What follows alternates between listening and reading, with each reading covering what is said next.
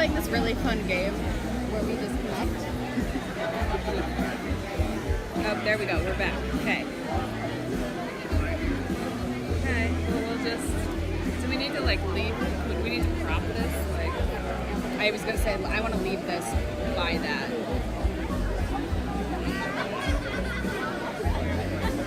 cool. It'd be good to like flag this. Would you like to be in the live stream? It's just. Stop. There's 0 people watching. You saw me going like this. Okay. Is anybody watching?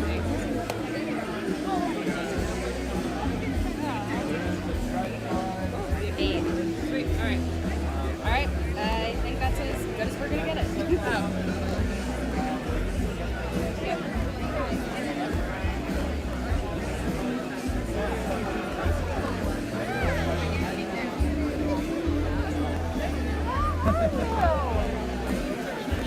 Well, I can go on this side.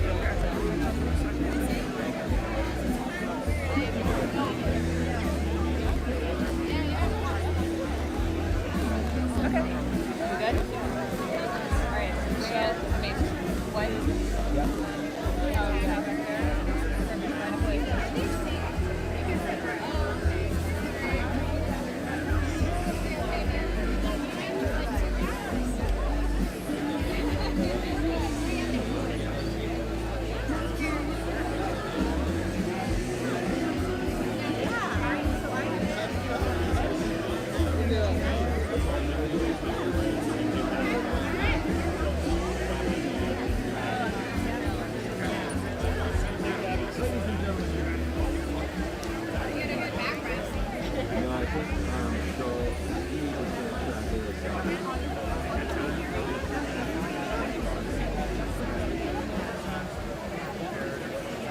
Ladies and gentlemen, if you are not currently seated, grab a chair down on the lawn or find a good viewing location of the stage and hang tight.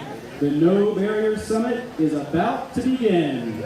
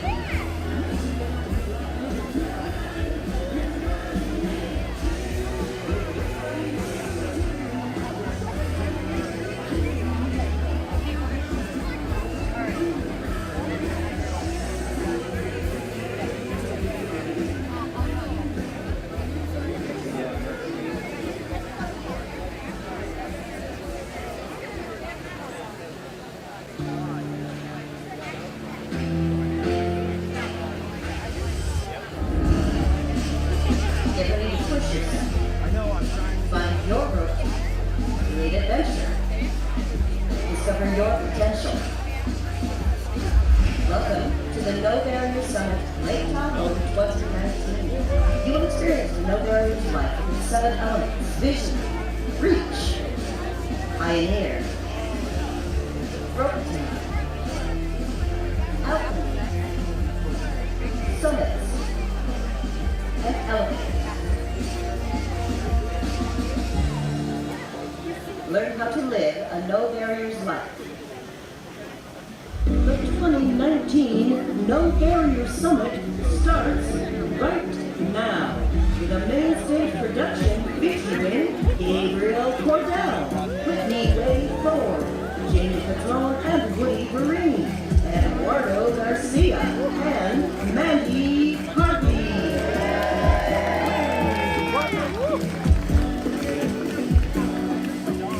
Please welcome to the stage your MC for the evening, Dave Sherman!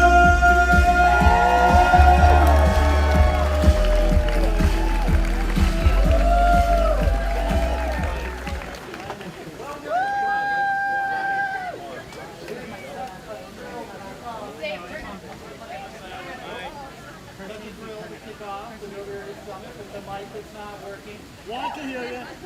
Hear you, Mike. Can you hear me now? I hear you. Oh my God. Testing. All right, well, welcome to Tahoe. What an incredible setting for our No Barriers 2019 Summit. Spectacular mountains, beautiful sunset. My name is David Sherna. I am the Executive Director and co-founder of No Barriers. And as I look out in the crowd, I see some familiar faces, and I see some new faces. Can you make some noise if this is your very first No Barriers Summit? Well, welcome.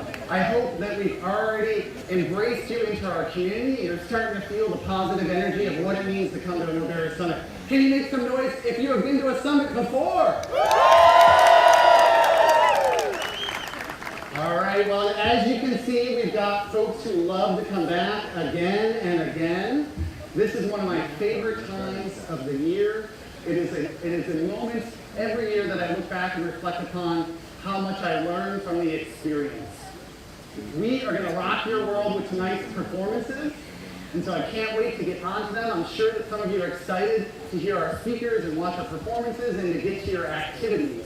But what I wanted to do was just start with a little bit of a reflection on why people come to the No Barriers Summit. First of all, who came to the summit and you have no idea what you're getting into? Okay, yeah, make some noise, good, yeah, all right. Well, some of us come to the No Barriers Summit to learn the tools to break through the barriers that we're facing in our lives. Some come for inspiration. Some come for the activities. Has anyone signed up for anything cool tomorrow? Make some noise? Yeah? All right. It is going to be a really fun time over the course of the next 3 days. When I reflect back as one of the founders of this organization, this is our 11th summit. We've done them all over the world. We've done them in Italy, in New York. We're here in Tahoe again. I think of my first few summits and what they meant to me. And in those early years, it was all about inspiration and energy. And how could I take that inspiration and energy and channel it into building No Barriers? And that's what I got from the summit. A few years back, I came to a summit and I was going through a particularly traumatic time in my life. And I used the summit and got out of the summit the opportunity to push through that challenge and to think of it in a new way. And most recently, just a couple of years ago, my wife was in an unexpected accident and broke her neck. And at that moment, I learned what I think the summit's most important feature is, which is community. Because this community here embraced my wife and welcomed her like no other community I can imagine. And it became one of her favorite communities too. And so whether you are here to be inspired, whether you're here to build community, whether you're just here to have fun, we welcome you. It is going to be a wonderful, wonderful experience. Everyone comes to the summit and takes something away that they will never forget. And I look forward to talking to each of you towards the end of your experience and learning what that thing was for you. You will see some change in your life, most likely. You will have a conversation that you will remember for months, and you will feel empowered. Most importantly, we hope you learn that what's within you is stronger than what's in your way, which is our tagline.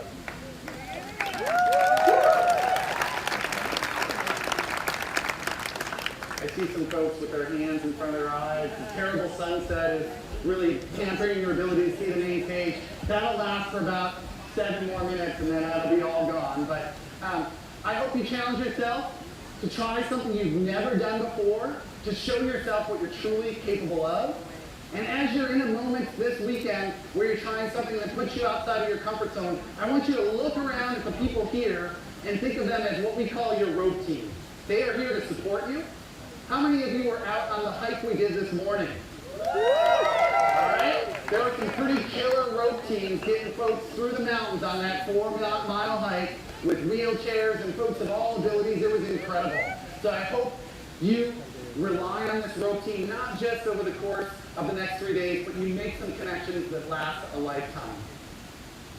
We've got an incredible show here for you tonight. We have Gabriel Cordell, who is going to tell us why he rolls. Whitney Way-Thor will teach us the importance of reaching for a shameless life. Members of this ability are going to tell a story through a very creative process that I think you'll all enjoy. Mandy Harvey is going to leave you craving for more music. And Eduardo Garcia, the bionic chef, will inspire us to continue to live a no barriers life. So what do you say? Should we get started? Ladies and gentlemen, the man I'm about to introduce rolled 3,100 miles across the United States from the Atlantic coast to the Pacific coast. And while I'm sure he doesn't roll everywhere, because I confirmed that he flew to Tahoe, he does roll with purpose, as you'll see in this Netflix trailer, Roll With Me. Roll With Me. Set amidst 3,100 miles of open road and small towns, Roll With Me chronicles recovering addict and paraplegic Gabriel Cordell's momentous journey to become the first person to roll an unmodified wheelchair across America. Directed by Lisa France, the documentary bands together a crew of unlikely co-conspirators, each battling their own issues. Meaningful and motivating, Roll With Me shares intimate narratives of PTSD, homelessness, unemployment, family estrangement, and sobriety struggles. The film begins as a challenge to push an unmodified wheelchair from California to Cordell's hometown of West Hempstead, New York. But along the way, Cordell's exploration of endurance established ties that speak to our common humanity. Roll With Me is a 2018 Slamdance official selection. An array film. Photos show a smiling, dark-haired family of 2 boys and a girl. My name is Gabriel Cordell. I was born in Libya with Palestinian parents. We moved to West Hempstead, New York, on Long Island, and that's where I grew up. A film by Lisa France. On October 17, 1992, I was on my way to my first professional audition when a woman ran a red light and T-boned me in my cheek. Gabe sits in a wheelchair. I became a paraplegic and I can't feel from my chest now. By the time I was in my 30s, I was a full-blown addict, using coke and crystal meth. He lights a joint. If I didn't do something cool, I was gonna die. Lisa France. Anyone who's going to be a first to do anything, I'm instantly interested. We have to deal constantly with the stress and pressure of changing rules and conditions, the uncertainty of the drivers behind us. Semis and cars streak past Gabe as he wheels himself along a narrow shoulder. He rolls down the other side of the road. A film about will, fortitude, and the human condition that stays with you and beyond. We knew it was going to be dangerous. We all don't believe this. Gabe ices his shoulder. Gabe needs it in his own way to finish. The wind and the rain and the cold. I'm soaked. Every time we met new people and they said they were inspired or they told us their story, that's what fueled the journey. This experience showed me the limitless potential of humanity. In the dark, It helped me find my purpose. Gabe wheels along in the headlights of the RV on the shoulder It behind. gave me the courage to continue to roll. An Amish buggy passes him. Roll with me, TheRayNow.com.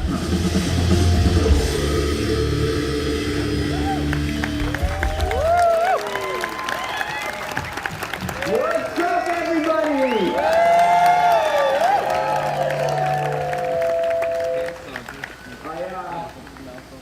I'm very excited to be here tonight. It is a privilege and an honor to be able to come here and share my story with you. And just let's get started. So, it was a very exciting time in my life. I was living my dream.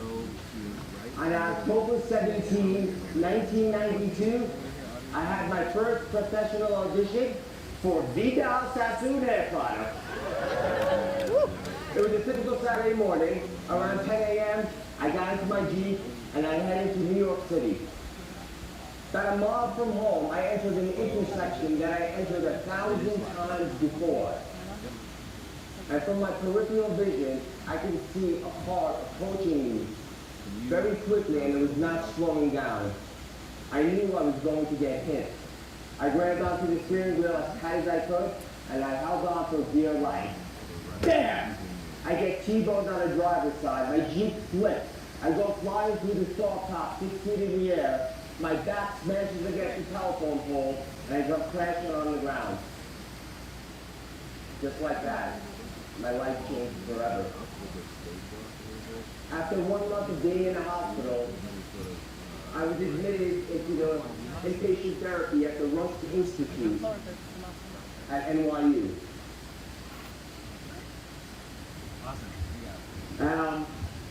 So I was admitted to the Rusk Institute at NYU. I had just turned 22 years old. And fortunately, they allowed me to stay in the pediatrics ward, even though I was an adult patient. I lived with children age ranging from 6 months to 18 years old. I saw every disability, illness and disease a child could have, and it broke my heart. When I was around these kids, I forgot about my own problems, which seemed so insignificant at the time, even though my life had changed in a more profound way. And for the first time since my accident, I was able to realize how blessed I was to have had the life I did of 22 years of health and normalcy. These children showed me how lucky I was to still have my arms. I drew my strength from them every day I was there. And when it was time to leave, it was sad and difficult. Now, I'm 22 years old, paralyzed, confined to a wheelchair, and what the hell do I do in my life? Do I embrace my circumstances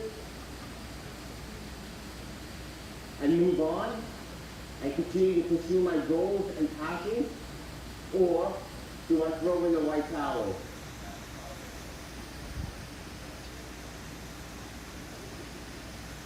I could have chosen to throw in the white towel and feel sorry for myself, but I did not. I chose to embrace my circumstances, and that is the gift that I got from living in the pediatric ward for those 3 months.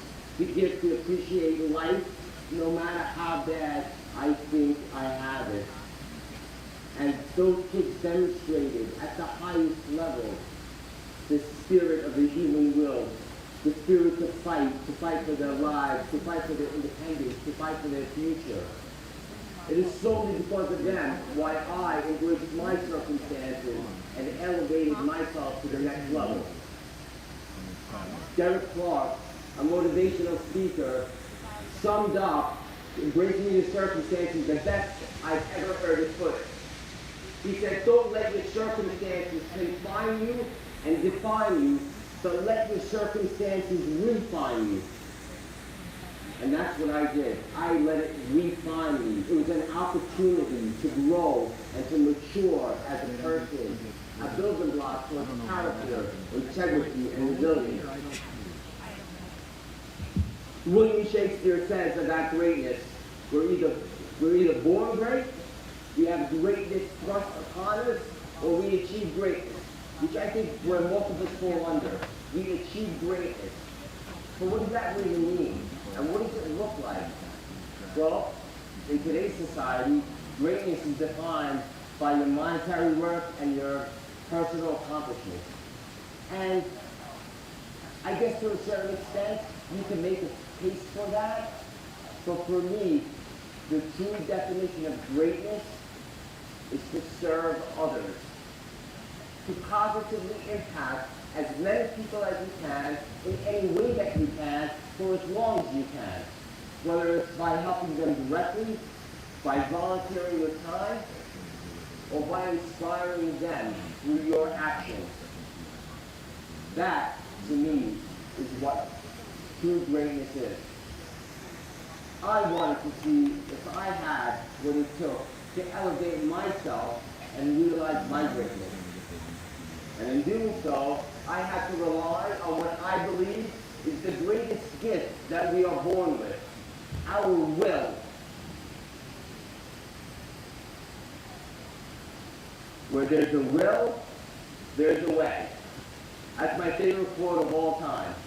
If you want it bad enough, you'll figure out a way to get it done. When I was 18 years old, I made a promise to myself that by the time I turned 45, because I was a really slow learner, that I would accomplish something extraordinary in my life. Now, I didn't know what that meant and what it was going to be, but being in a wheelchair is definitely not part of the equation. It took me 25 years. Damn, I didn't think I was that slow. But it took me 25 years to figure it out. And you guys saw a sample of it. California, Arizona, New Mexico, Texas, Oklahoma, Missouri, Illinois, Indiana, Ohio, West Virginia, Pennsylvania, New Jersey, New York. 3,100 miles through 13 states in 100 days in a manual standard wheelchair.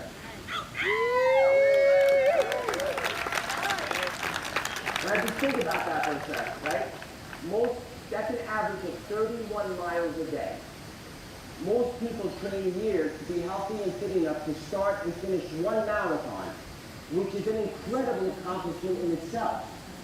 As standing for athletic excellence, right? I did 118 marathons in 100 days.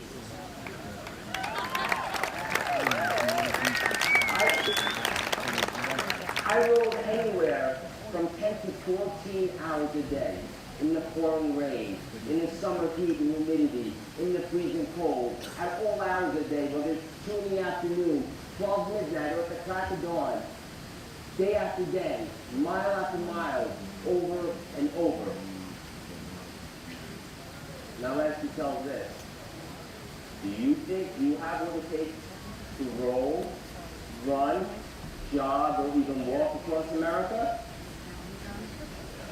I'm here to tell you, yes you do, yes you do. In fact, everyone here can do it. And how do I know this? Because I did it. You see? So, I'm no more special than anyone here. And believe me, ask my girlfriend, she'll vouch for that. Alright? I don't have bionic arms, and I'm not gifted in any special way, but what I do have, and what we all have, is our will, where all our potential lies. You know, before I left on the roll, people asked me, why are you doing this? Why are you risking so much? What if something happens to your arms and your shoulders? And truth be told, I was risking a great deal. I was putting it all on the line. And if something happened to just one of my arms, game over. I would have to rely on someone to take care of me, to dress me, to bathe me, to transfer me. And who knows for how long. But that didn't matter. Because the want, the need, and the desire to see if I can actually roll across America was greater than any loss I can ever imagine. You know, when I set out on this journey, it was about one thing only, me. Me. But soon after we left, we realized, me as in my crew and I realized, that it wasn't about me anymore per se. Yes, I was the vehicle driving this movement, but it was about the effect that we were having, the effect that we had on people watching a man in a wheelchair roll across America. It became about inspiring people through our actions. And for me, it was about not letting my team down, the people who sacrificed 4 months of their lives to help me see this through. And more importantly, it was about giving hope to all those people who stopped us every day along the way, praying for us, encouraging us, and supporting us. They were the fuel to our soul that allowed us allowed me to continue to roll every day, no matter how bad and how tough it got. So after rolling across America, the following year, I went to Israel and I rolled for peace between the Palestinians and Israelis. That obviously didn't work. The year after that, I teamed up with the North Shore Animal League and I rolled across Long Island. Over those 3 years, I had rolled over 5,000 miles with these arms. My mind and my spirit was soaring at an all-time high. But to be honest with you, my body was broken. I did not know if I had any more rolling left in me. After a 2-year hiatus, I was inspired once again. I was inspired once again by a man who shook me to my core, by a man who I believe embodies what greatness is. A man who elevates himself and those around him to extraordinary levels. Tonight is a full circle moment for me. And let me explain why. Last June, about a year ago, I was speaking to my agent, and he asked me if I knew of a man named Eric Weinmeier. And reluctantly, I said no. I got off the phone with him. I went on YouTube, and I saw the film Farther Than the Eye Can See. And I was a mess. I was a crying little baby throughout the whole thing. But I was so inspired, and that there were two things that were going through my mind as I was watching this person. Are you kidding me? Like, seriously, are you kidding me? And the second thing that was going through my mind, I said to myself, son, you haven't done a damn thing. So, I was so inspired that regardless of how I felt, I needed to do something. So I figured, let me find the biggest mountain that I can roll up in the continental United States. And I did some research, and Pikes Peak Mountain, which is the highest peak in the southern part range of the Rocky Mountains, also had the highest paved road in America. So I did some research. Has anyone ever rolled up Pikes Peak Mountain? There was one person who did it, but he used a modified wheelchair. No one used an unmodified wheelchair. So I said, there you go. That's going to be my Everest. So last September, I became the first person to summit Pikes Peak Mountain, 14,115 feet, in my wheelchair.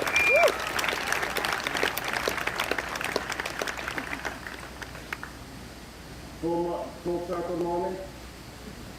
3 months later, the same agent that I was speaking to called me and says to me, they want me to speak at the Low Barrier Summit.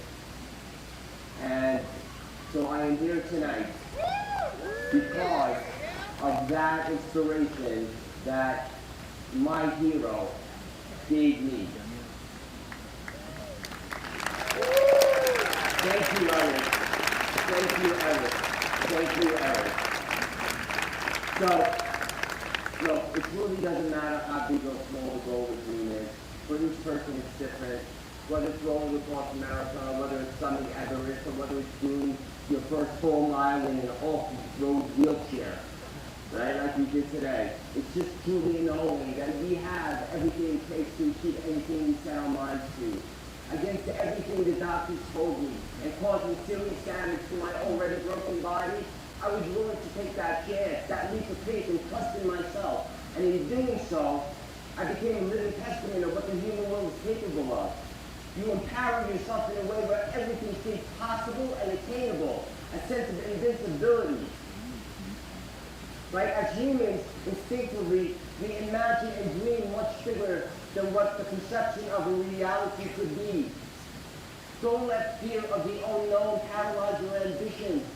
Optimize while you still can, while you still have the ability to dream and do something about it. Don't be that person who looks back at your life and says, what if? I could have, I should have, I would have. Don't be that person who's always on the sidelines or in the bleachers cheering everyone on. Be the participant. Let people cheer for you. This world we live in would not be what it is today if people did not have a relentless approach into achieving their goals. So here's what I say. If you're still that dreamer who's yearning and wanting to do something more than what you're doing today, I say to you, take that leap of faith. Trust in yourself. Trust in your God-given abilities. Surround yourself with a rope team. And watch the impossible become possible. You're only one thought, one commitment, and one action from elevating yourself, living up to your potential, and realizing your greatness. Thank you. Thank you.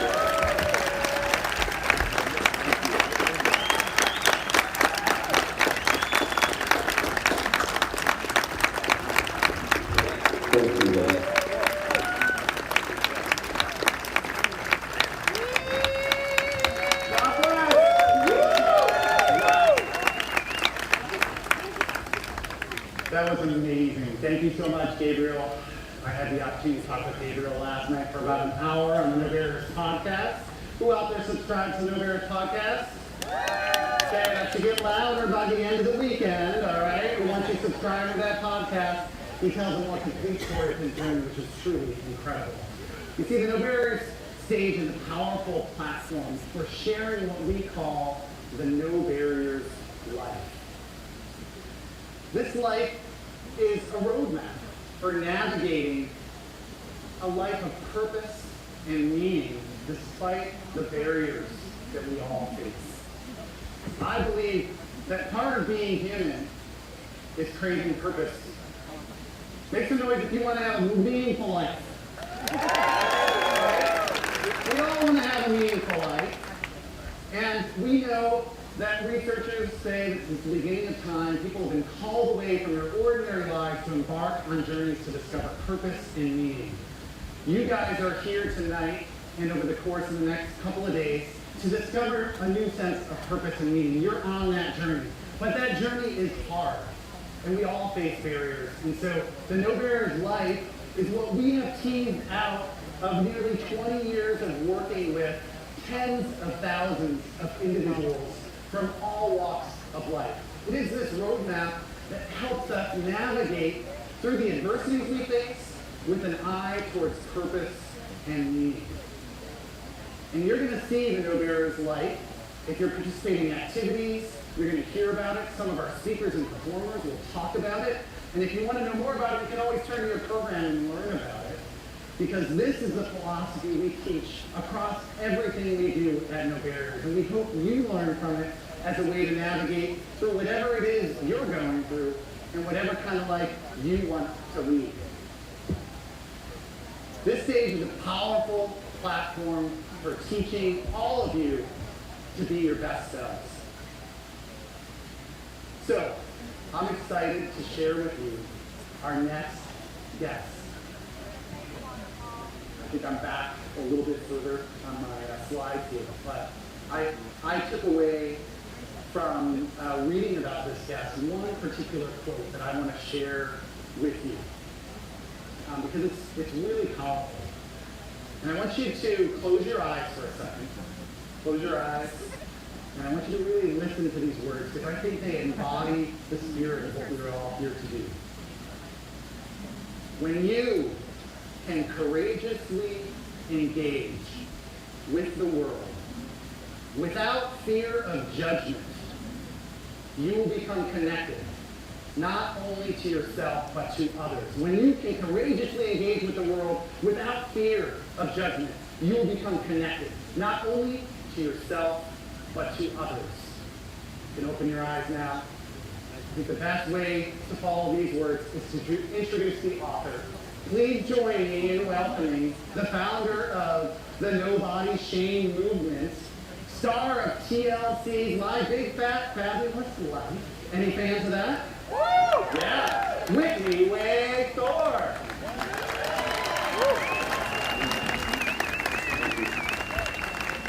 Hi guys, so I'm Whitney. I am really excited to be here in Tahoe tonight. I had the wonderful experience of attending the No Barriers Summit last year in New York. Who was there? I recognize you. It was an amazing, amazing time. I've been to a lot of events, I've taught a lot of classes, I've done a lot of speeches all over the country, internationally, and I have never been so excited, challenged, or inspired by anything as I was at the No Barriers Summit. To be honest, last year before the event, I was a little bit nervous because as a fat woman, I feel that I don't really fit into a lot of spaces.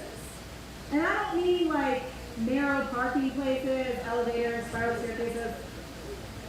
Those are real things. But I mean in society. I don't often feel included. And as a fat woman, and as a happy fat woman at that, I have garnered so much criticism from people in my real life and strangers alike. And like each one of you, I have a story, a collection of events, heartache, circumstance that led me to this moment right here, right now. And I am so grateful that this moment right here, right now, is me in North Lake Tahoe on this stage at No Barriers with you.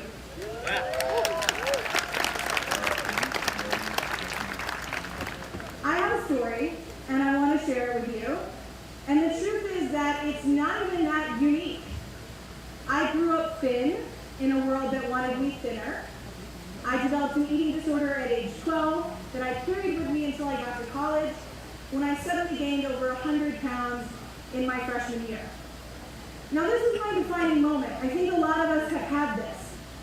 The moment where something in our body changes, or something in our awareness of our body changes, and we become acutely aware of the way that others perceive our body and what implications that has for our lives. It's the before and the after. For me, it was like a social experiment, you know, you see on like Tyra Banks or something where somebody puts on a fat suit and goes out in public and like sees the way people react. But for me, it wasn't a fat suit. It was my real body. And it wasn't a social experiment. It was my real life. And it sucked. Because you start to notice the little things. You know, the way that eye contact slowly transitions into sideways glances, or the way that people shift uncomfortably so they're not next to you as though you're fat or contagious. Spoiler, it's not, but I wish it was, so that you could experience it. You start to notice the bigger things too. You notice the way that people who love you start to become embarrassed of you. You notice the way the fitness, the beauty, and the diet industries make billions upon billions of dollars promising to help people never look like you. You notice the shame, the disgust. You experience the abuse, and if you're like me, for a long time you might accept it. And you might even agree with it. Because the world has taught you and me and everyone else that a body that is different is a body that is worthless. In 2005, I was diagnosed with polycystic ovarian syndrome, PCOS for short. It is an incurable endocrine disorder with a whole host of really undesirable symptoms, being fat being one of them. And by the time I got this diagnosis, nothing mattered. I had spiraled so far down into depression I had quit doing everything I loved. I mean, I'm talking, I quit dancing, I quit doing sports, I quit doing men.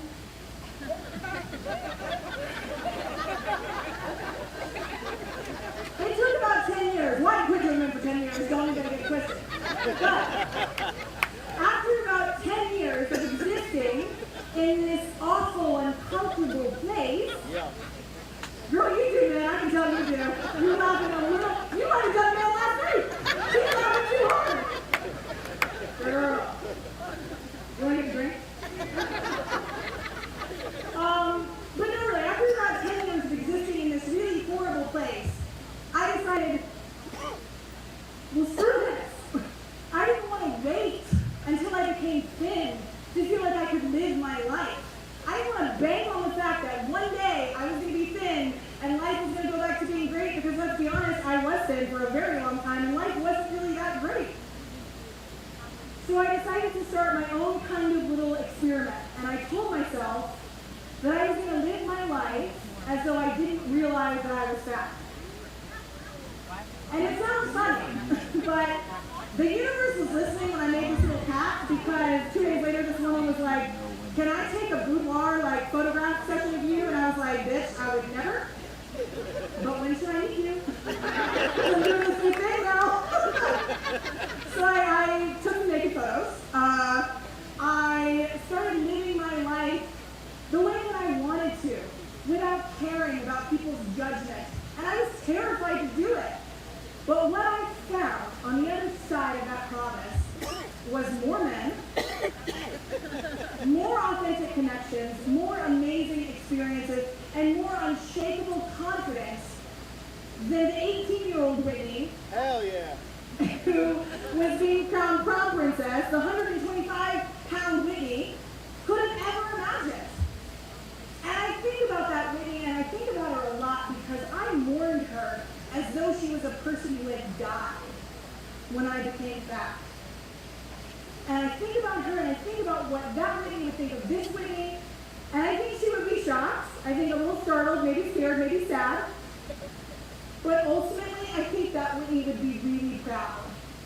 And I want everyone sitting here tonight to also be really proud.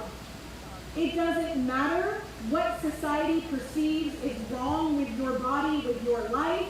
It doesn't matter if you were born that way, if you developed it, if you can change it, if you can control it, prevent it, if it's permanent, if it's not, it doesn't matter. You have one body, you have one life, and you have the gift and the responsibility to live that life in a way that brings you joy. And I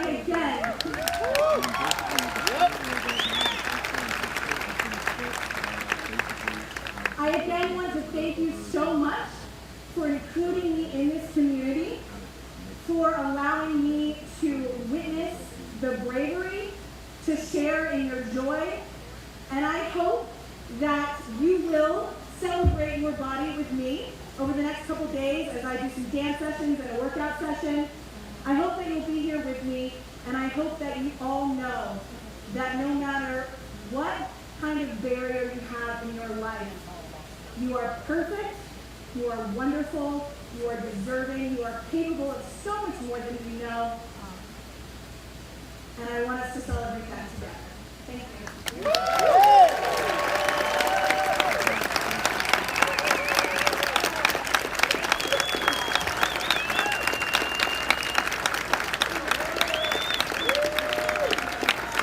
So now that you're on your feet, stay there.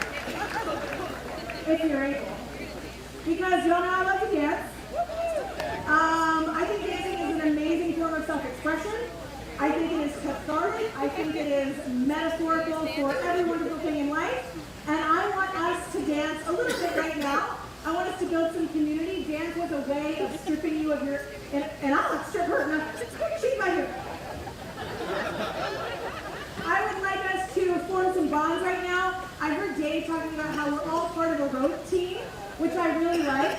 And I also imagine back in middle school, like when you did a trust fall, and I just kept thinking, like, God, somebody would hate to be the one behind me, you know? But I think it's a perfect time to dance and to let that build a little bit of community here tonight on the eve before we start the summit. So I'm also going to need, so who told you? I'm going to need Dave, and I'm going to need Gabriel. Y'all have already been up here? Okay. See, I'm not even have to convince him. He's running. Okay. All right, so this is the thing. I'm going to teach you just a couple dance moves. And if you come to my session tomorrow, you're going to learn the whole thing. Now, it doesn't matter. If you're in a chair, it's fine. If you only have use of your arms, it's fine. If you can't see, it's fine. I'm going to describe this for you. We don't have a whole lot of space to move around, so just kind of stay in your own little bubble. And let's get ready to work. Y'all ready? Work! Yeah.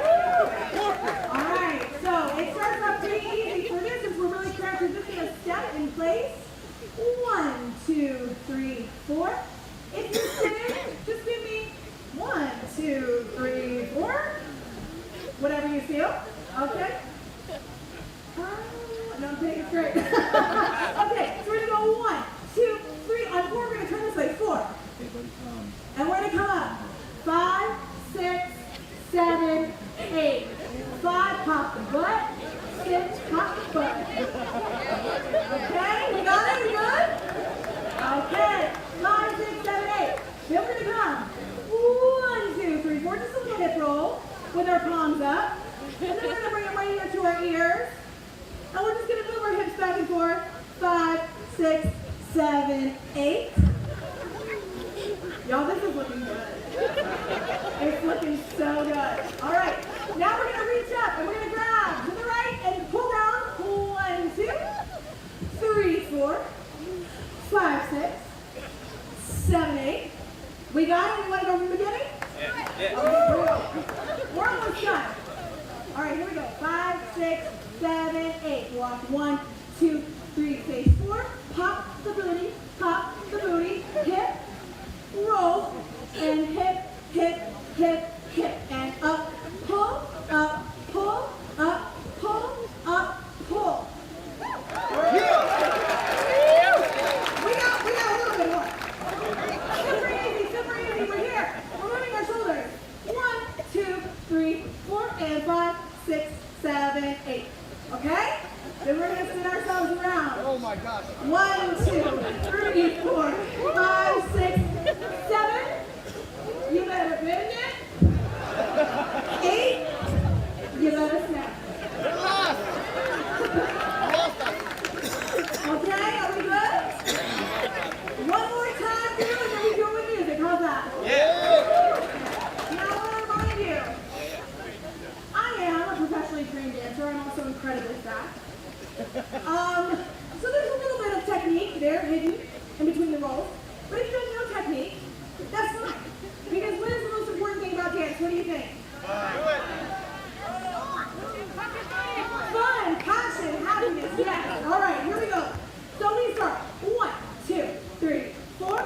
Pop the booty, hip, roll, and hip, hip, hip, hip.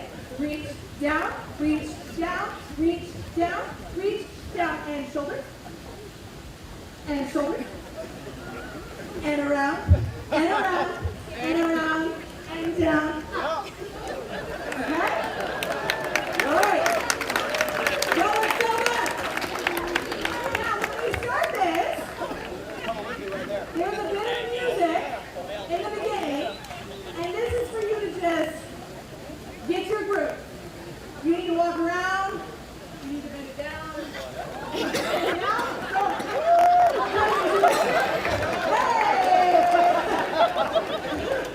Okay, so if we can hit the music, we're going to do it.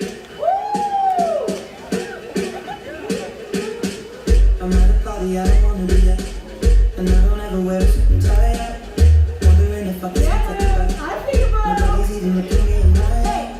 Can you take my hand, finish my drink, say, shall we dance? Oh yeah, you know I love you, did I ever tell you? You make it better like that. Don't think I fit in at this party. Everyone's got so much to say. I always feel like I'm nobody. Who wants to fit in? 'Cause I don't care anymore, baby. All the bad things disappear. You're making me feel that maybe I am somebody.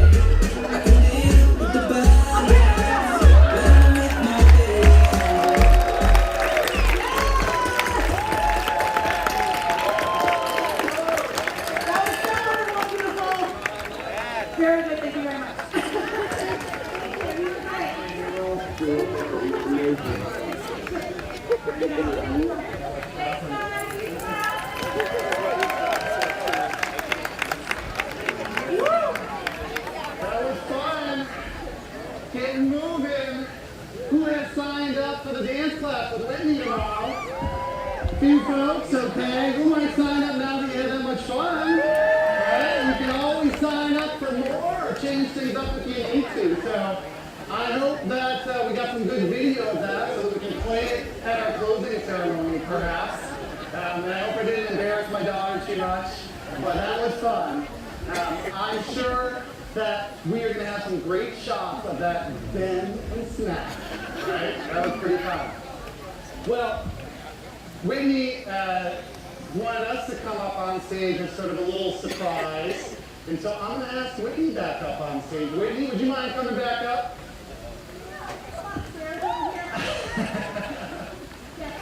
Hi. Thank you so much. We had so much fun. I had the most fun. I have a little gift for you. Okay. Okay, and I'd like to give it to you here on stage. And the Sounds dirty. yeah. Not that kind of thing. Yeah, in my pocket here I have a No Barriers coin, a challenge coin. And this coin is something that has a lot of meaning to our No Barriers community. For those of you who are in the military, you may be familiar with the challenge coin tradition. Challenge coins are given, all right. Challenge coins are given out when something has been accomplished that is significant. Sometimes they're given out if you're a member of a certain group, and they're really held in honor of an individual and what they've done. And our coin has our 7 life elements on it. It says, live a no barriers life, and on the back it says, what's within you is stronger than what's in your way. Now when you add a challenge coin, the interesting thing is, this coin is not for me, it is for me to give to somebody else.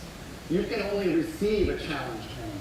And so, in the tradition of giving out challenge coins, the way to do this is to turn to someone, Whitney. Hi. You can give them a little awkward here? No, I'm ready. Okay, you're ready? You're ready? Wide open. Whitney, Yeah.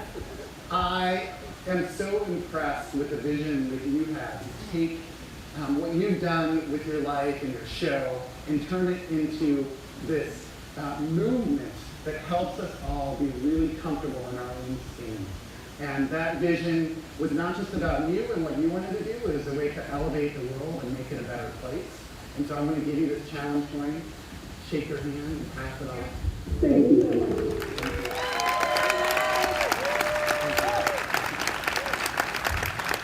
So, this is a tradition at No Barriers, and we want to give you the opportunity to have your own challenge coin to give to somebody else while you are here at the summit. You saw how it works. You identify someone that you think embodies the spirit of what No Barriers is all about, and sometime over the course of the next couple of days, you go up to that person, and you shake their hand with the coin in it, and you tell them why you're giving it. Okay? So that's what the challenge coin is about. And those of you in the white chairs, there's a coin under your seat. I want you to try and grab it. If you can't grab it on your own, we've got volunteers that can come and help. If you're in the back and you don't have a chair, we've got other volunteers. I see some people in the back who need coins.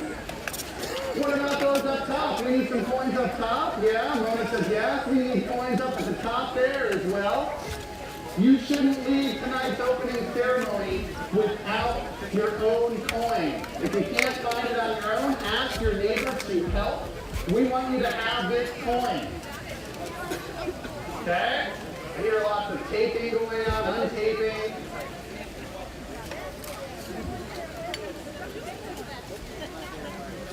All right. So now remember, is this coin for you? Right, it is not for you. You have to honor someone else that you think embodies the spirit of No Barriers and give them that coin when you see that moment happen. Right? So I want you to be on the lookout for members of your own world team. Maybe it's someone you've never met before. And if you don't have a coin, make sure you get one before you leave. Well, that was super fun. I'm warmed up now. I got my dancing on. I've got the coins. We're ready to roll. I'm excited to hear the stories that come as we share our coins with others. At No Barriers, we care a lot about telling great stories. And so I want to take a look at another story. It's a different type of journey. This is a story that involves backcountry roads, the unknown, and lots of miles. I'm going to leave the rest to Narissa.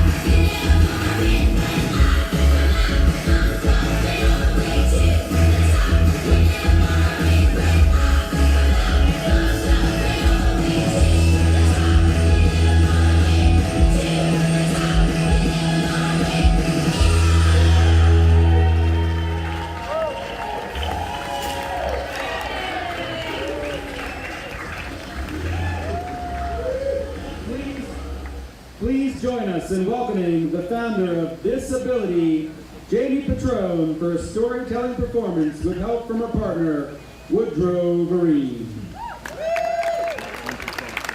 My name is Jamie Petrone. I'm so excited because I'm going to go to a college for performing arts. I mean, I was dying to be a serious actress. Anyway, it's the first day of acting class, and we're in the auditorium, and the teacher, Mr. Carr, puts us up on the stage with our legs around everybody, one in back of the other. And he says, okay, class, today we're going to do improvisations. Now, you're on a bobsled, and it's snowing, and it's cold. Okay? Go. Every day for a week we would try to feel the motion, down the hill. Every day for a week we would try to hear the wind rush, feel the chill. And I dug right down to the bottom of my soul to see what I had inside. Yes, I dug right down to the bottom of my soul, and I tried.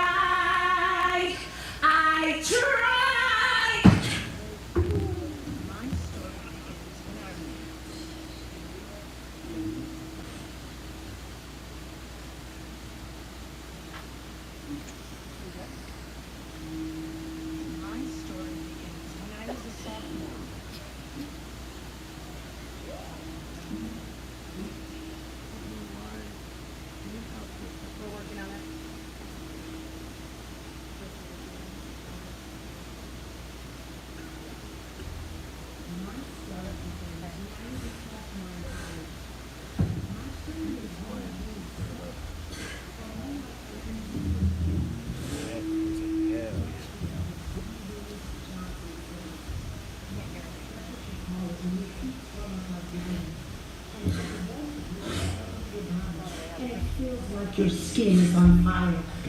But that's only from the waist up, because everything is numb below. Stevens-Johnson syndrome. That's what happens when you are misdiagnosed with stomach ulcers and you're told to take Zantac, but you're allergic. And what you are taking is actually killing you.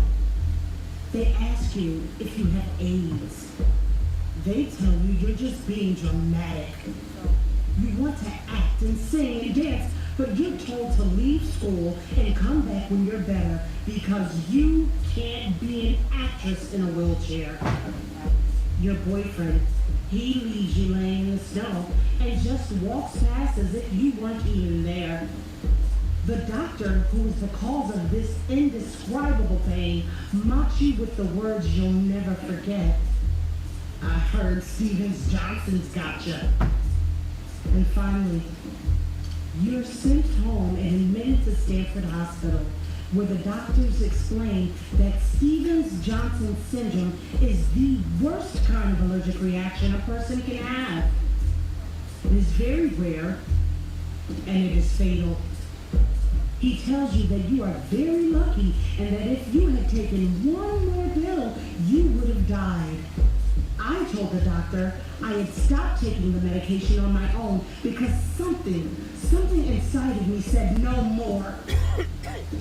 That's when I began to realize how many miracles had actually occurred to keep me alive. It also taught me the true meaning of unconditional love. At 6'3", he was bigger than life to me, with a smile you could spot across the campus and an infectious laughter that could bring you to tears. Al was the first in a family that would soon come to be as important to me as the air we breathed. In a place I thought I'd never fit in came an instant connection between a family of friends. The doctors told me, "You'll never walk again." Al said, "That's nonsense." Yes, you will. I believed him. The crutches I'd been leaning on are digging into my armpits, and I've only taken 2 tiny painful steps since the last time he drove around. He steps out of the car for a moment. "I'll be back in 10 minutes. If you haven't made it to the dorm by then, I'm not picking you up. I'll just keep driving around until you decide to walk from here to there." Decided? Did you just say decided? You think this is my choice? I can't believe you said that. I take my crutch and I chuck it at his head. He grabs the crutch and he throws it back at me. Yeah, I said decided. Just like you decided not to let anyone help you.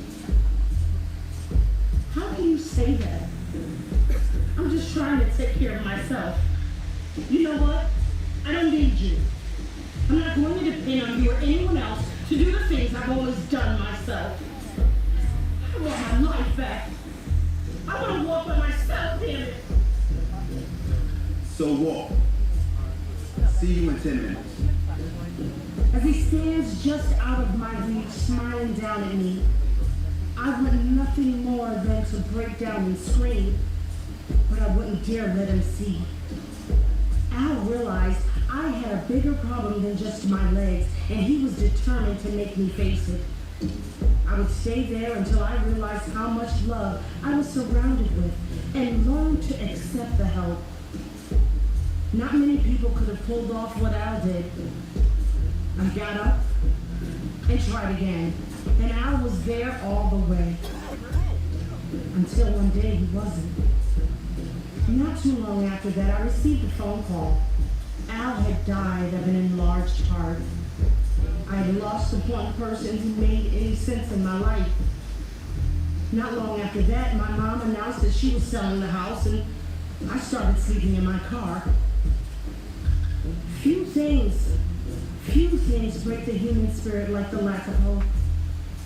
So much of the last 18 years of my life has been spent watching people do their best to handle this when it comes to me, and even watching those who couldn't handle it walk away. It seems somehow along the way I became the standard by which trials and tribulations were measured.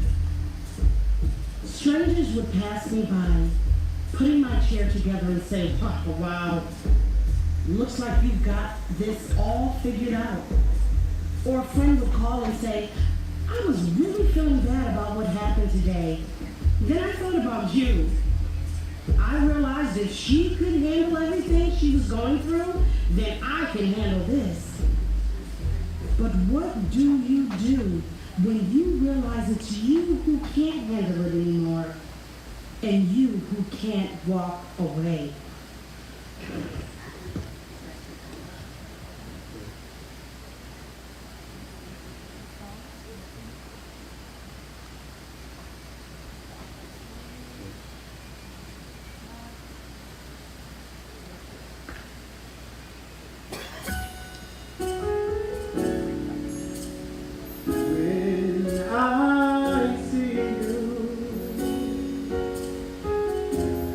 I see more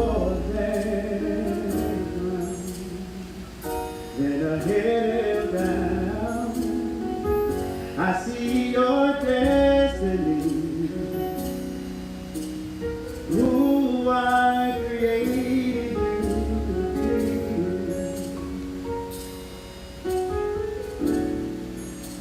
And when I see you,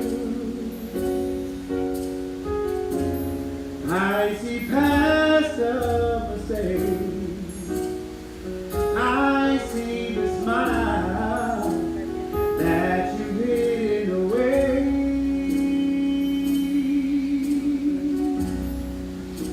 I see past the pain. Oh, but why can't you see the grace I have given you? And why not embrace my love that is overflowing?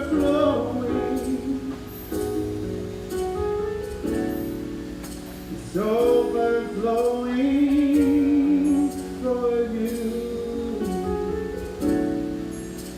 And when I hear you, it's like the sweetest song ever sung, because it comes from you. Oh, how I love you. Yeah. But why can't you see the grace I have given to you? Why not embrace my love that is overflowing? It's overflowing for you.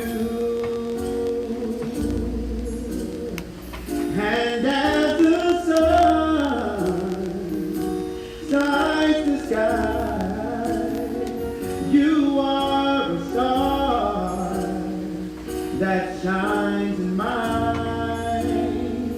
And as the ocean is deep, my love for you flows endlessly. 'Cause you are so wonderful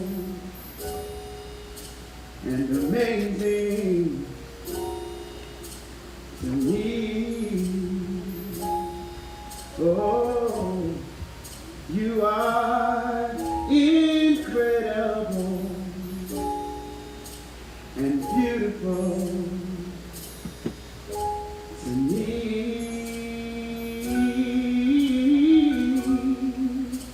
Exactly what I envisioned you to be. A perfect reflection that I love to see. Oh, you are so special. But why can't you see the grace I have given to you? And why not embrace my love that is overflowing? It's overflowing for you. It's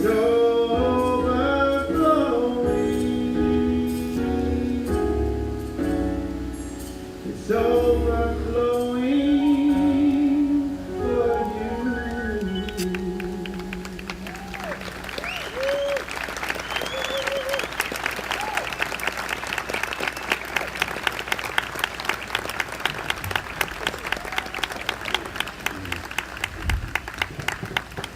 Wow, what an incredible performance by Jamie Lee. Let's hear it for her one more time. That was a powerful expression of the their vision. And just before that, you saw a clip. You may have seen the video clip with the Winnebago. Winnebago is a sponsor of the No Barriers Summit. They're our open road partner. We are thrilled to have some members of Winnebago in the audience.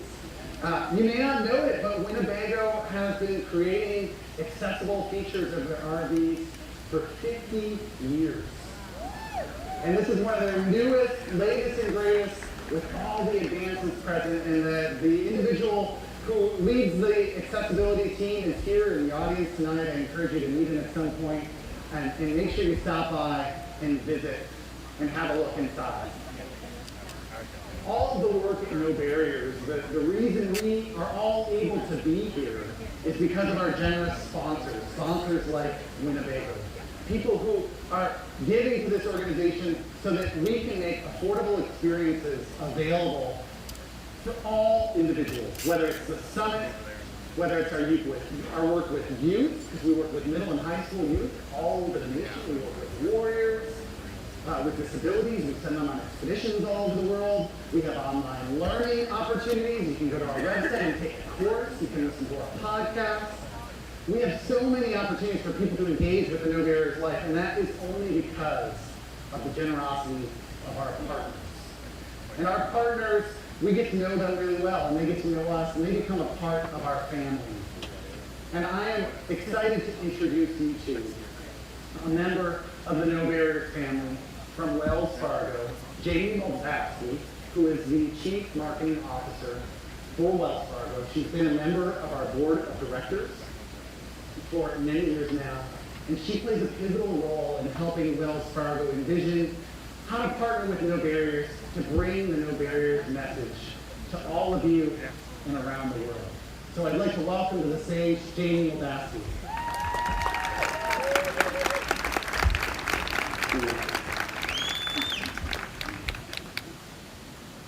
All right, well, thank you so much, and it's really our honor and privilege to be able to sponsor No Barriers and to be here tonight, so it's really a thank you to all of you. As Dave said, I have been on the board of No Barriers for 5 years and been very proud to be able to sponsor so many of the great programs that we're able to bring in. So starting way back in 2014, our partnership began with the Warriors. Then in 2015, we expanded that in order to sponsor the No Barriers Summit, which is, again, where we're here today. And then even more importantly, in 2017, we added programming with No Barriers Youth, which allows us to sponsor the Global Impact Challenge, which we're going to hear more about tonight. We have 3 very strong connection points with No Barriers because we share a very common commitment to veterans, people with disabilities, and youth. And at Wells Fargo, we have a very strong vision of inclusion. And that is where people are valued for the powerful contributions, including all the contributions that they make in the workforce. And I'm very proud that we're committed to financially empowering and employing people with disabilities. And as of April 2019, we actually employed more than 8,000 team members who have self-identified as having a disability. At 8,000 who self-identified, we know there are more. And we're looking forward to hire more every day. And in fact, hopefully, it will be some of you. So this year at the Summit, we're actually offering a unique opportunity available to everyone here, which is personalized one-on-one career consultations. So our team of career counselors are going to be set up in the Alpine Ballroom, which is where you check in and the lunch pickup area is, for career conversations. And there you can share your skills, your interests, and you have your resume reviewed if you have it with you. If you don't have your resume with you, then we'll look at your LinkedIn profile or just talk to you about where you might be in your own personal journey, in your career, and in your job search. So we hope you find time to take advantage of the opportunity. It's absolutely free. And it's a very safe space to get feedback on your own career, where you are, where you want to be, and then hopefully we can help with that. You'll also be able to learn if you're interested in about career opportunities that we have at Wells Fargo, and we hope you'll stop by during your downtime or at the career conversations group. We also have another thing that we're launching here at the Summit, which is the Powerful Exchange Live. And this is happening both Friday and Saturday morning, early in the day. We want you to kickstart your day with intention. So you'll wake up early, hopefully, for an 8 a.m. meditation, and then join us in the fresh air right here on the pavilion lawn for breakfast and a special speaker session.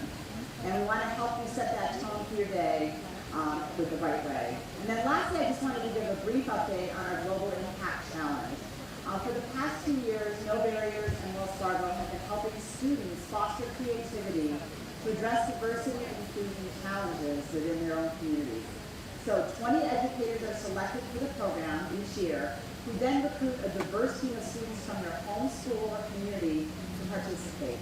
Each team follows an online curriculum that leads to a competition that's designed to spark the best ideas for building a world of free of barriers, stereotypes, and discrimination.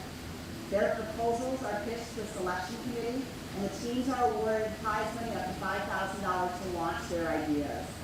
So our 2018 Global Impact Challenge awarded 4 teams prize money to implement their ideas, and the 2 top teams are actually here at the summit this weekend, and I'm very excited at the great progress that they're making. We also have here with us 2019 educators who are just beginning their own challenge journey. So together we are committed to building stronger, more informed, and inclusive communities. So I'm very proud to have you all check out the great video that you're about to see, and very proud that Wells Fargo is here as a sponsor and here to share all this with you all. Thank you.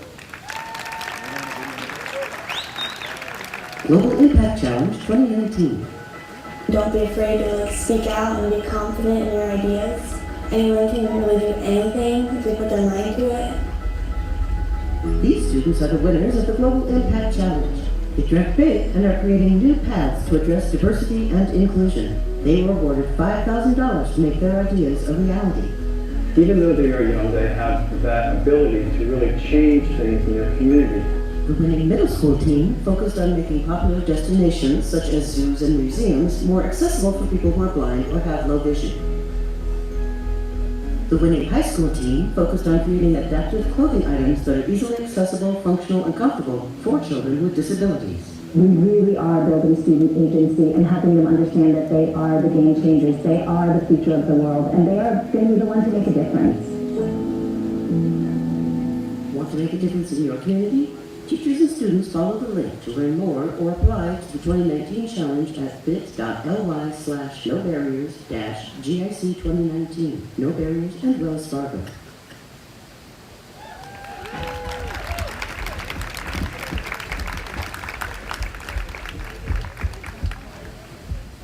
All right, well, we've got 30 minutes left. You guys ready for some more entertainment? Yeah! Yeah? You getting tired? No, we don't get tired here, right? Well, we've got 2 more amazing performances coming up that I can't wait for you all to participate in before we send you off to a good night of sleep and some incredible activities tomorrow. Right before I introduce our next speaker, I want to talk to you about a way that you can help No Barriers. I'm one of the founders of this organization. This organization's been around for nearly 20 years. And one of the ways that we survive is by contributions of individuals like all of you to support our work. Many of the people here in the audience are here because of scholarships that came to them from generosity of individuals who come to our summit and who care about our work. And so we have a fun way for you to pay it forward, as we say, and give someone an opportunity to attend the No Barriers Summit next year. And it's a text to pledge campaign. And it's going to go over the course of the weekend, so I'm not going to stand up here and wait for you all to keep texting your donations. Maybe on Saturday night I will, but not tonight. But we are hoping that many of you can make a small contribution, $5, $10, $1,500 can help a person attend the summit. $5,000 can help a family of 4 come to the summit. We can have more kids like this attending the summit and having a really good time, right? So, please consider a donation of any amount.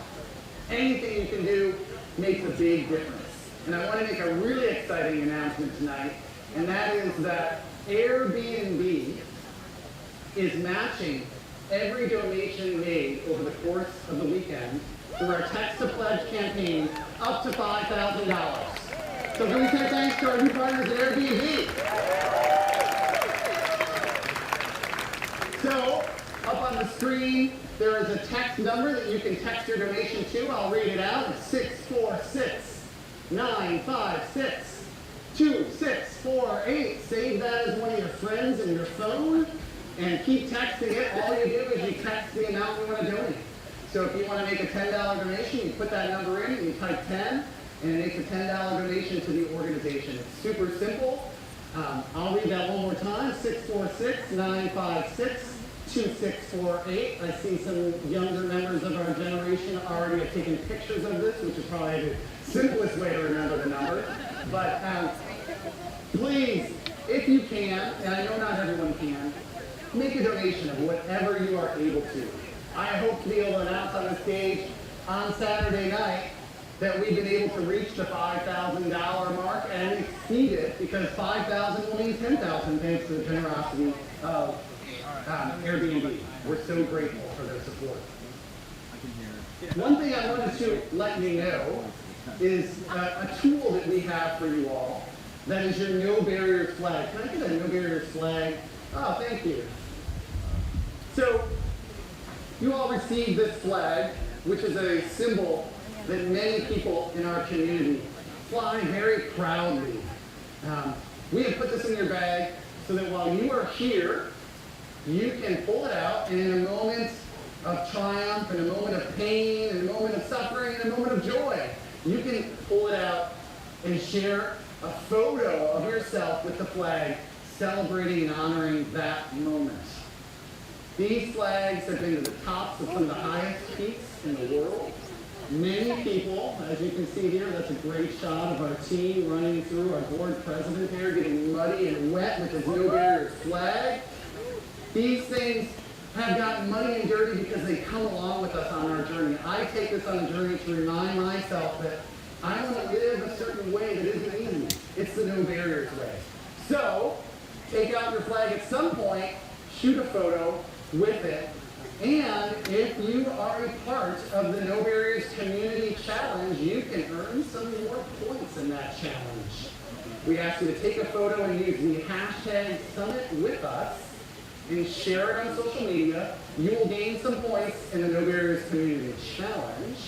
If you don't know what the heck I'm talking about, all you need to do is go to our website, nobarriersummit.org/challenge, and you can be earning points throughout your summit experience. It's kind of like a scavenger hunt, fun way to enjoy the No Barriers experience.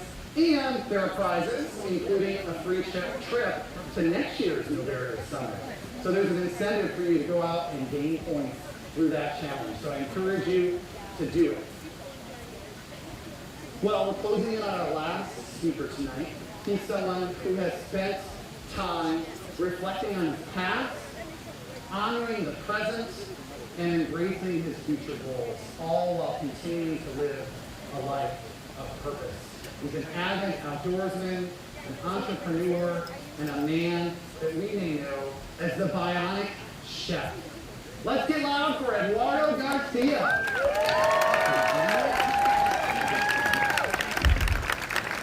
Thank you. Wait. Let me see that flag. I need this. Thank you. I'll hold this on for later. Good evening, everybody. How are we?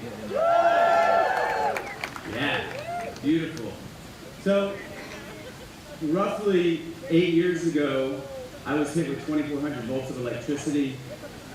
And by all accounts, I should not be here right now with all of you. So, in order to celebrate, we already did all that. So I'm not going to pull that off. I need two things tonight. First one, everybody with me, find your pulse. Find it on your neck. Find it on your wrist. I can't do that. Find it wherever you find it, but get in touch with the heartbeat. Right here in your chest. And for just a minute, you can keep your eyes open, you can look at your neighbor, you can close your eyes. But the most important thing is that you tune in to the rhythmic beat, that pulse going through your body, and just sit with it. Be present with it and hang with it.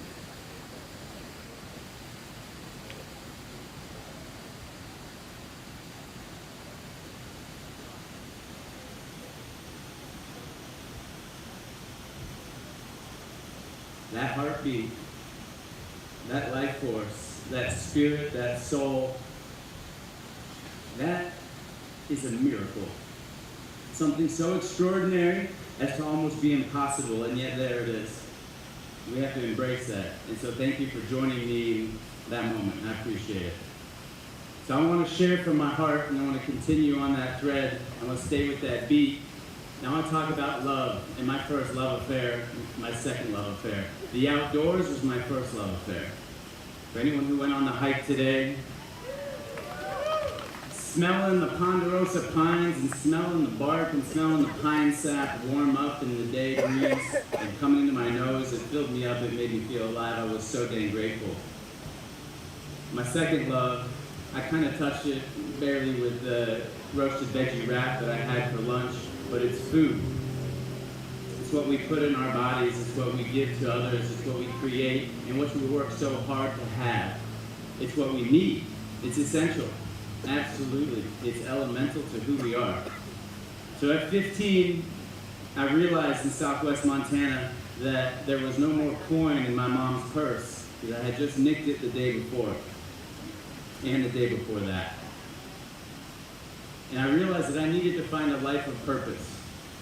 I know I can say that now with some chutzpah now, but at 15 I don't know that I really recognized that. I just knew that I was going this way and it was not looking great. So I went into a local barn grill and I pulled out an application and it said cook, prep cook, dishwasher. Y'all know I didn't check the bottom one. I went to the top one, cook. Well, I'm not a cook. I knew nothing about cooking. I wasn't raised by a mom where we were hanging off her apron strings. We were raised in a single parent home and we learned to cook for ourselves. My older sister Indra did most of it. And so, prep cook it was. And at 15 years old I started working and I realized that if I put my energies and I put my efforts truly into something, that a $214 paycheck would come my way 2 weeks later, and it was amazing. I worked all summer long. I bought our first ride. I say our because I have a twin brother. So he was running for class president. He figured he really needed some wheels. I had the cash. I slid it his way. It was our ride. So I realized, so food, right? Food became this tool for me. I was flipping burgers and throwing pizzas. I graduated high school and I went to cooking school. Following cooking school, I had student loans breathing down my neck. And I realized, all right, something's got to give. I had 3 jobs. And I ended up taking a job on a yacht. That industry I stuck with for 10 years, and it took me around the world. And I'll admit to everybody here that the first part of that decade, it was about surfing, and it was about traveling the world, and it was about adventure, and it was about getting on my longboard and kicking around the south of France to go get croissants and baguettes and see the markets and see the world. But then something shifted in me. And the 20-hour work days, the sleeping in a bunk that was this big, the missing my family, watching my little sister grow up without me, watching my parents tether out without me being there. And I realized that I was falling short. I could still get the work done, but my passion and my love was going elsewhere.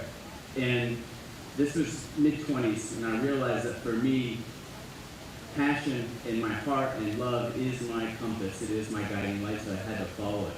And so what I connected with is that food is so much more than what we eat. Food is who we are, it's where we are, it's who we're with. It's so much richer than a calorie count. And so I started to envision, how can I share my love of food with others? How can I share this bursting heart in my chest with other people? And so I decided, with friends, with family, we were going to start a farmer's market company. We were going to call it Montana Mex. It was going to be Latino-inspired foods in Montana, farmers markets, guacamole, salsa, and we went after it. And that was 2011. Now, I'm not going to give too much away, because for anyone who's here tomorrow, there's a documentary that's going to play called Charge tomorrow night. And so I'm going to skip through some of this story, but I'm going to bring you to the reality for me was that after I was hit with 2,400 volts of electricity on the summer that I came home to start this food brand, we made a hard decision. It was an ICU. The entire company, which would have been my older sister, my girlfriend at the time, and my twin brother were all in ICU with me, and we had one employee. It's a 16-year-old named Miles Strachey. He's a skater kid out of Livingston, Montana with a GED. And we said, hey Miles, there's salsa orders that need to go out. We had one retail grocery store at the time. And what did Miles do? He called in the troops, he called in his rope team, and they kickflipped and they ollied and they got themselves into the kitchen. I don't ask any questions, they probably didn't wear hairnets. But they got our orders out, and they kept our lights on, they kept the doors open. And in ICU, we rewrote our business plan. We rewrote our business plan.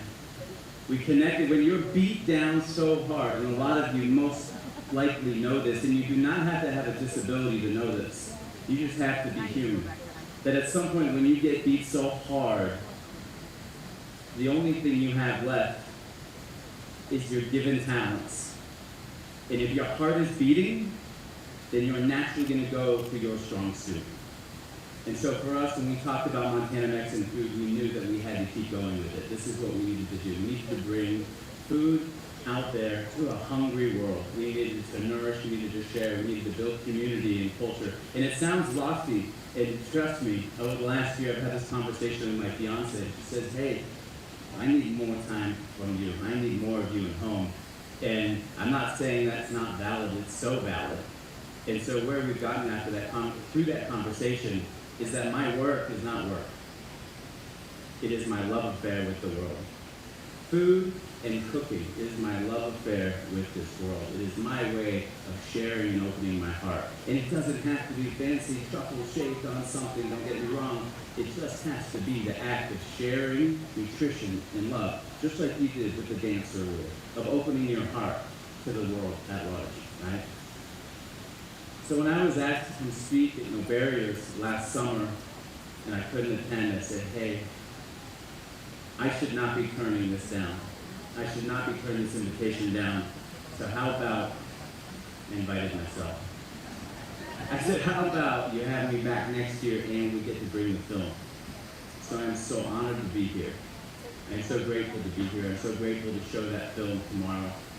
And more than anything, I'm grateful to be here with all of you and share that for me, in the short history that I just kind of covered, food for me and work for me, they've had these parallel highways. And yet, I've seen them come closer, whereas like this love affair with food and with sharing for others is super pure. And I got to this place also where business and work, there is a legitimate side of it. And it's filled with legal teams, and it's filled with angel investors, and it's filled with long hours, and it's filled with pitch decks and sessions, and P&Ls and pro formas. And there's the ability to get a little distracted. And I gotta tell you how much I love the fact that when this happened to me, how grateful am I that I was able to see this at some point. It wasn't immediate, but I was able to see this injury not as the worst thing that ever happened in my life, but rather a stepping stone, a tool, and an asset into truly connecting those two lines. So while we were in ICU, and as a family and friends, we said, all right, what are we going to do with this business? Where we're at today is we're no longer in farmers markets. I'm so proud of this company. We're in 1,100 stores across the coast right now. And that's hard won and hard fought, and I appreciate that.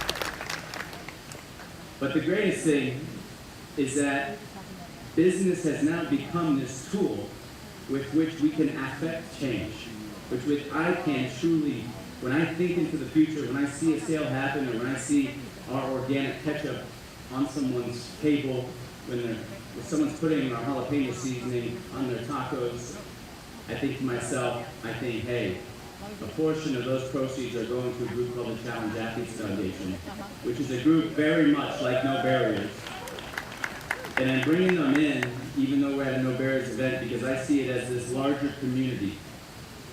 When I was wondering how to be an amputee, when I was wondering how to get back into the emotional, foundational place where I could exist and be happy, because I was figuring out the other things. I was fly fishing again, and I was running again, and I was largely back into sort of everyday life, but my friends were calling me out, my family were calling me out, and they were saying, hey, you don't look happy. And they're right, I wasn't. And it was through this injury and using it as a positive that I said, all right, how do we align these things?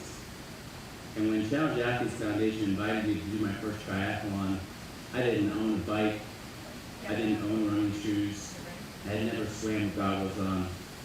And just as we were all here to summit together, and I'm gonna pull a quote from my fiance's uncle, Todd Skinner. And Todd would say, we cannot lower the mountain, therefore we must elevate ourselves. And for me, elevating meant recognizing that this was not the worst thing that had ever happened to me, and rather this was going to be the key into my next life moving forward. So Montana Mex now is partnered with a group called the Challenge Athletes Foundation. We pull our profits and we give a portion of those to the Challenge Athletes Foundation. And now, when I'm at work, when I'm at my work with our team, what we're thinking about is we're thinking about a young child, we're thinking about a veteran, we're thinking someone like Eduardo Garcia receiving a hand cycle or an adaptive piece of sports medicine to go out and summit, to go out and realize that you can do anything. And we've heard that here tonight, and we've heard a lot of people's stories. And why I wanted to bring my business into it is because the next level for me in owning this is saying, now how can I use this to affect change in the world? And how can I use this and marry these two loves of mine together, which is my purpose and my passion, and in feeding others and feeding their souls. So I still have one more request, right? And that's coming up. So I want to watch a quick film that just shows what we're up to, and then we're going to wrap. See if we can do this. Eduardo Garcia wears a bright pink t-shirt with a logo that reads Montana Mex. On his left arm is a prosthetic hook. He holds up a pink bottle and points at the label. The Challenge Athletes Foundation believes that an active life in sports for people with disabilities leads to a richer life full of purpose. So what we did, we put them on our label right here, the Challenge Athletes Foundation. Basically, we're going to give 5% of profit to this group that's helping amputees and folks with disabilities get back into an active lifestyle. Montana Mex has always existed on the principles of happy people, healthy products, but we also wanted to be a company that had impact outside of our products, right? Like outside of the table, outside of the kitchen. So basically our businesses, we're both doing similar things, just trying to improve the quality of human life. And so we removed sort of the barrier and said, let's just do this together. Let's complement each other's positive actions.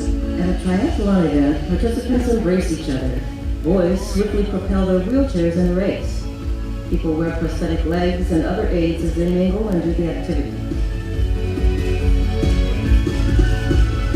At the San Diego Triathlon Challenge this year, it was our first real introduction to the larger Challenge Athletes Foundation community. You've got our whole team in bright pink red outfits, handing out hot food samples spiced up with our seasonings, which are all naturally derived with no chemicals. They're clean label products. So it's this event that is proposing healthier living, and then you have this food brand that very much supports healthier living, and the middle point is really that beautiful synergy, which is the human interaction. So you've got people getting off of their bikes or getting out of the run, or you've got the kids and the families who are there to support the athletes, and everyone's sort of whirlwinding between the finish line and the Montana Mex booth.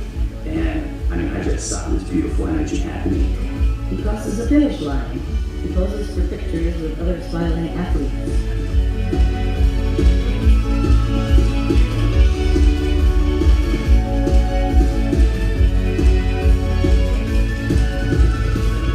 Wheeling my bike out, and I'm looking at the banners in the triathlon corral where hundreds of athletes are getting ready and then leaving for the day when they're done. And I see all the sponsors, and there's really large corporate and big business sponsors. And then there's our Montana Mex out, and I hadn't seen it there all day. I just remember being really proud that our company is a part of an organization that is also doing great work in this world. A logo reads Montana Mex and Challenge Athletes Foundation, delicious partners in food and sport.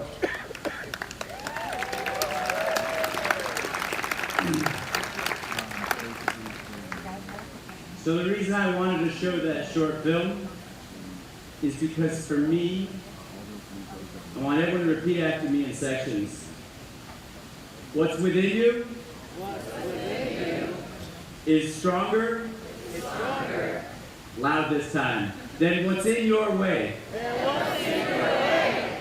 So No Barriers is now part of my community, and I am a part of yours.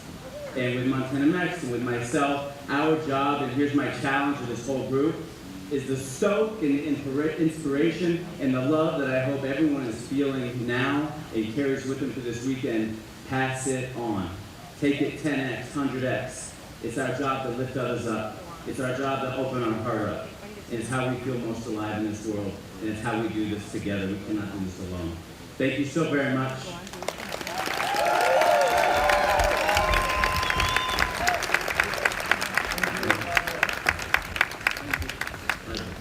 Where can we buy Respawn? It's in 1,100 stores. Give us the 1,100 stores on MontanaMex.com. MontanaMex.com. That's it. Okay. All right. Great. Thank you for that wonderful presentation. And he mentioned his the documentary film Charged. That's playing at 4:30 tomorrow, right here on this screen. So after you do your activities, we hope you all come back and watch Movies in the Mountains. Charged will be shown right up here on the big screen. Well, we are coming to a close here. We have our final performance coming up, and Eduardo started his presentation having us feel our heart, right? Well, perhaps nobody else who comes out on the No Barrier stage can get your heart moving as much as Mandy Harvey. Right? She is a jazz musician, a No Barriers board member. She's an author, a songwriter, and just truly an amazing individual. I hope that you guys, as you listen to this music, get centered and think about what is to come over the next few days together. We're going to hear this performance. I'll come up and share a few important details about tomorrow, and then we'll send you off. So without further ado, I would like to introduce you all to Mandy Harvey.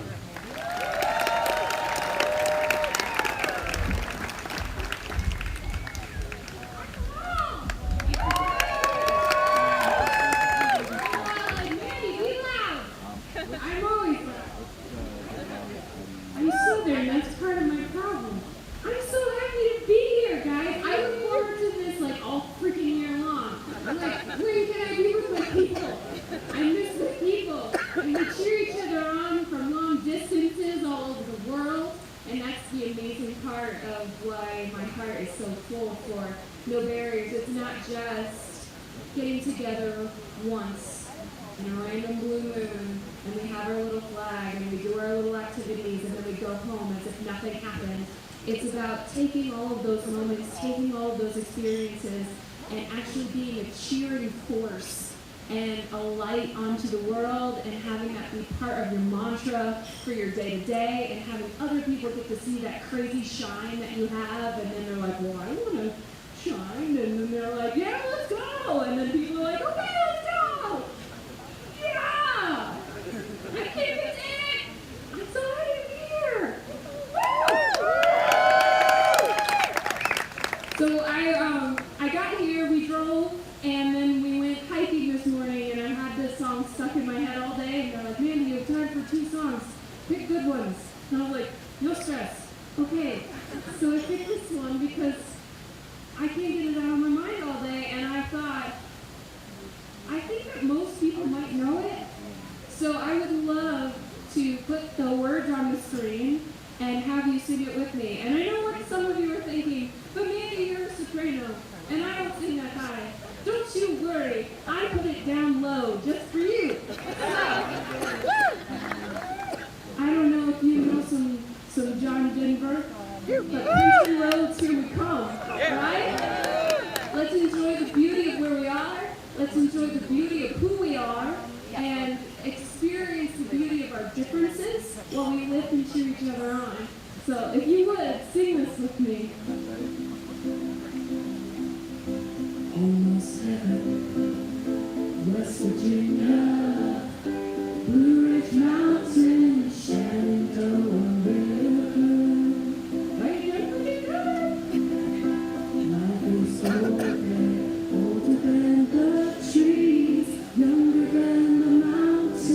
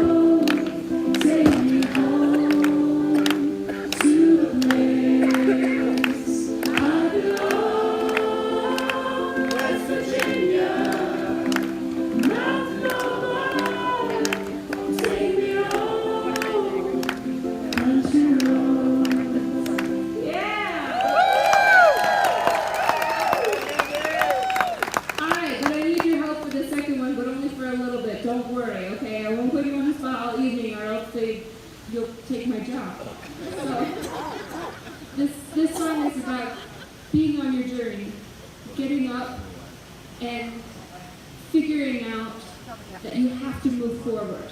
Because those barriers in life are going to smack you in the face. It doesn't matter if your barrier is obvious to anybody else, can be completely invisible and internal. Because we are human, we are going to smack a wall. It's part of life. And the beautiful thing about being in an organization like this is that when you smack that wall, you have a whole bunch of people who are going to be there to help dust you off, pick you back up, and we will move forward together as a team. And so this song is about moving together as a team, getting up off the floor. So if you would, can you shout, hey for me? Because we got to wake up. We got to have that first, like, let's go.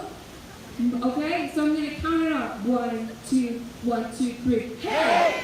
Oh my gosh, you guys are like there. Let's one more time, just to make sure that you got it. 1, 2, 1, 2, 3. Hey! Nice to meet you, only flying.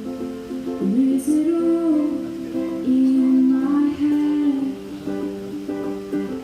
I'm second guessing, but I'm trying before it all disappears. Seconds turn into minutes, wasted time instead of living. Please don't stand in my way. I'm running out of nowhere. Yes, I'm moving on, I'm moving on. I lose the race if I wait. I'm so close that I can taste it. Yes, I'm moving on, I'm moving on. Whoa, I'm running. This time I'm gonna make it. Whoa, I'm running. This time. The hardest part of all is knowing how to catch my breath. I'm scared to risk it all, take a chance, close my eyes and try again. But seconds turn into minutes, wasted time instead of living. Please don't stand in my way. I am running out of nowhere. Yes, I'm moving on, I'm moving on. I lose the race if I wait. I'm so close that I can taste it. Yes, I'm moving on, I'm moving on. Whoa, I'm running. This time I'm gonna make it. Whoa, I'm running. This time. This time I'm gonna make it. I'm not the same kid I used to be. Oh, this time I'm gonna make it.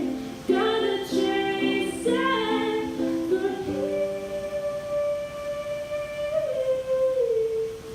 this seconds turned into minutes, wasted time instead of living. Please don't stand in my way. I am running out of nowhere. 1, 2, 1, 2, 3. Oh, you can do better than that. We got this. 1, 2, 1, 2, 3. Yes, I'm moving on, I'm moving on. I lose the race if I wait. I'm so close that I can taste it. Yes, I'm moving on, I'm moving on. Whoa, I'm running. This time I'm gonna make it. Whoa, I'm running. This time, this time. Whoa, I'm running. This time I'm gonna make it. Whoa, I'm running. This time, this time. Thank you guys so much. I'm so excited. Kick Butt Summit, and it's just starting. So get ready, buckle up, and get ready to open yourself up to some amazing new experiences that you can take home and be proud of. Because I'm proud that you just showed up. You guys are awesome. So woo!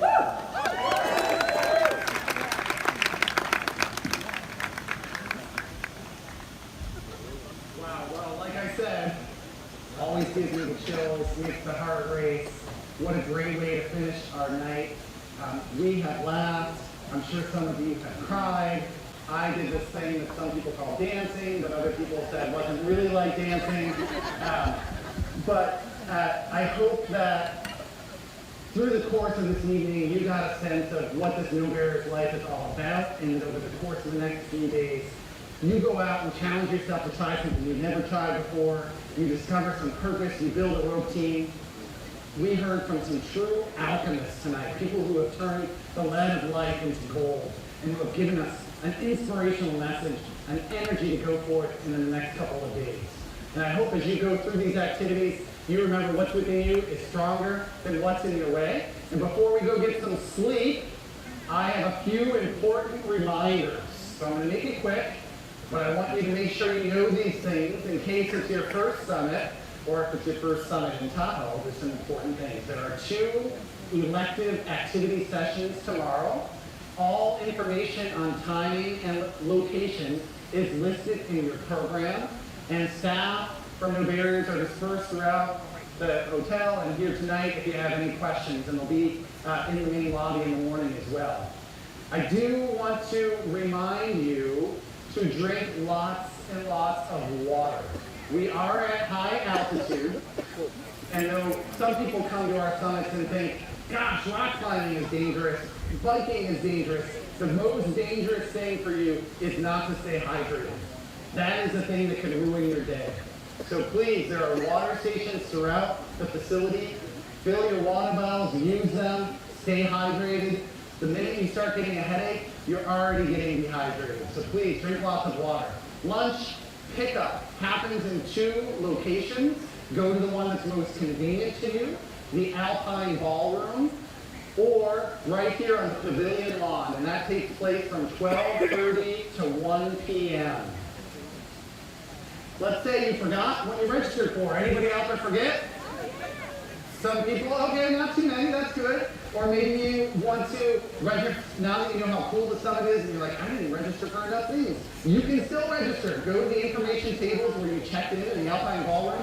We have also there a dedicated accessibility team who can help you with any things that you might need. Our community evening event is taking place tomorrow right here, Movies in the Mountains. Don't miss the Q&A session with the stars after the screening. And finally, Jamie Moldavsky, the CMO of Wells Fargo, mentioned this, but we kick it off right here tomorrow at 8 a.m. for the Empowerful Exchange Live presented by Wells Fargo. Meditation is followed by breakfast, and then an inspiring session featuring Noah Galloway, who you may know as the Dancing with the Stars hero who won. Also, he received from Men's Health some award that basically said he was the most ultimate, awesome, incredible human being in the world. Noah Galloway will be with us tomorrow morning. Have an incredible night. I hope you enjoyed the launch of the No Barriers Summit. Enjoy the rest of the evening.